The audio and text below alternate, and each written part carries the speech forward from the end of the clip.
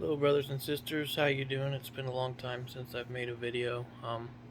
Please bear with me. This is going to be a short video. I'm really not doing well today. Been under heavy attack, as I'm sure most of you are right now.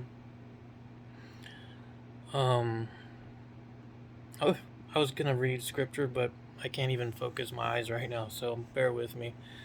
It's about the four horsemen, and I truly believe we're going to see the Black Horseman coming out pretty soon, or the Black Horse Rider. In Revelation 6, all the four horsemen of the apocalypse. I'll read them real quick. I can read my own writing a little bit. The four horsemen. The first one is a white horse, rider holding a bow. He was given a crown, winning lots of victories. The next one was a red horse, was given a sword, given permission to take peace away. Keep all these in mind when I tell you what's coming up next, okay? And then the black horse was given scales, a quart of wheat for a denarius, or 3 quarts of barley for a day's wages, which is a denarius. I actually have a real denarius if you want to see what it looks like. I bought it a long time ago when I was in England. So this little coin, I don't know if you could see that. Whoops. Let's see. It has a picture of the head of Alexander the Great. Let's see. Make it so you guys can see it at least. That's Alexander the Great, and then on the other side it has a picture of Zeus on there. Pagan worship here. That was a whole day's wages, that little coin. So basically they're saying you can eat for a day's wages, basically what that black horse is saying. And then the next one to come after that is a pale horse, which was death, Hades, death, and then Hades was following close behind it. So the reason I was talking about the black horse, and I believe all of them are going to be pretty close to each other in concession, maybe some at the same time even. Which the black one I think basically represents famine. And I was thinking about all these things. I wrote down a few. Okay, we know China is in lock. A lot of the big cities are in lockdown because of the corona. You know what? Corona beer-demic. The government's causing a lot of people to starve to death. And in the war in Ukraine and Russia, there just happens to be the two largest suppliers of grain in the world, which is 40% of the world's grain supplies. Those aren't going to be coming in real soon to the world, so that's going to hinder our food supply. Excuse me, I'm having a hard time talking today too. We all know about the trucker situation in U.S. and Canada. They're having a hard time right now. The U.S. created some laws making it really hard for ports to unload. A lot of people didn't know about this new law they made where the trucks coming in actually have to be I think it's 5 years or newer for smog rules, and or it might be 3 years or newer, 3 years old or newer. And how many people have a brand new truck, right? And supposedly these new trucks can only get about 250,000 miles on them before they're done. Well, most diesel trucks are supposed to go about 1,000,000 miles at least, so there's not even enough truckers to go pick up the stuff.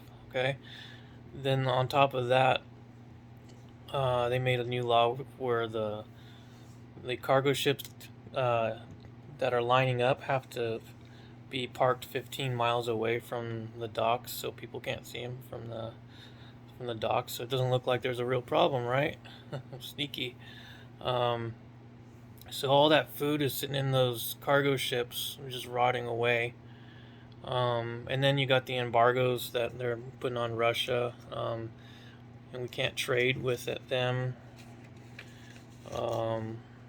fuel costs are going up because they shut down the fuel lines. What is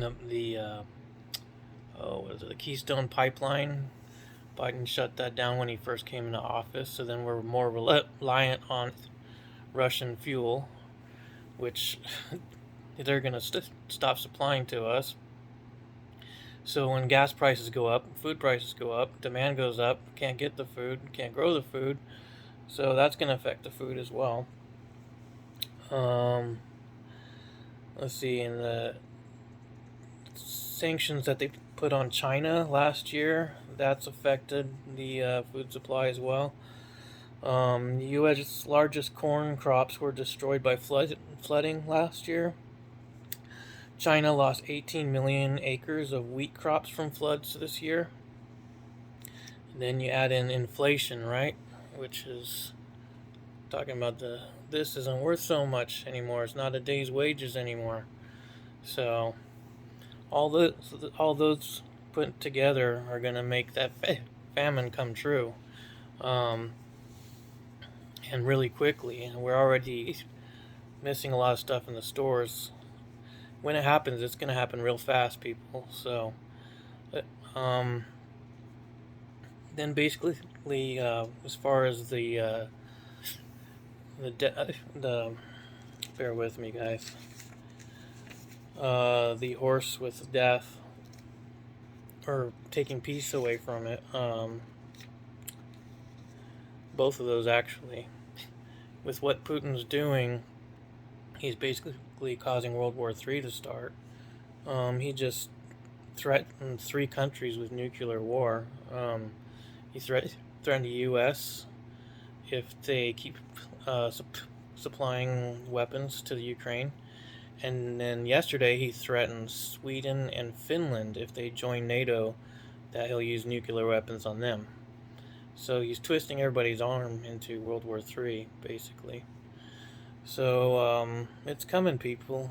There's going to be some real problems here on the earth, and if you're one of the elect, I'm pretty sure he's gonna have the gathering real soon. Probably around the time the famines are apparent, is what I'm thinking.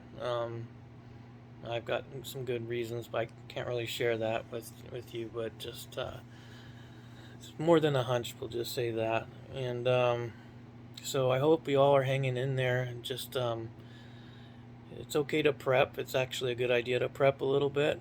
Be ready just in case we are still here. Have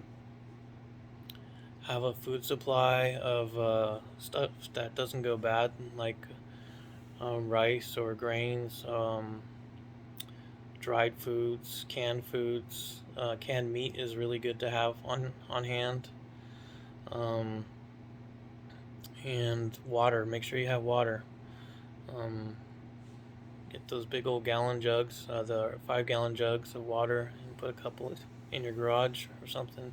At least, I'd say at least 3 to 5 if you can. It might not be a bad idea to have a couple jerry cans of gas if you can too, So, but make sure you have at least one of these, okay? You gotta have one of those, because that's the most important thing. That's our sword, and we need that. Okay, that's about all the talking I can do today, guys. I hope you can understand me, because my talking is not too good. My nerves are shot right now, but I love you all, and please keep the faith up. Don't give up. We're in some rough times right now. We're growing weary, but that means we're getting closer to the end, which is the beginning, right? So I love you all, and I'll talk to you later. Thanks. Bye.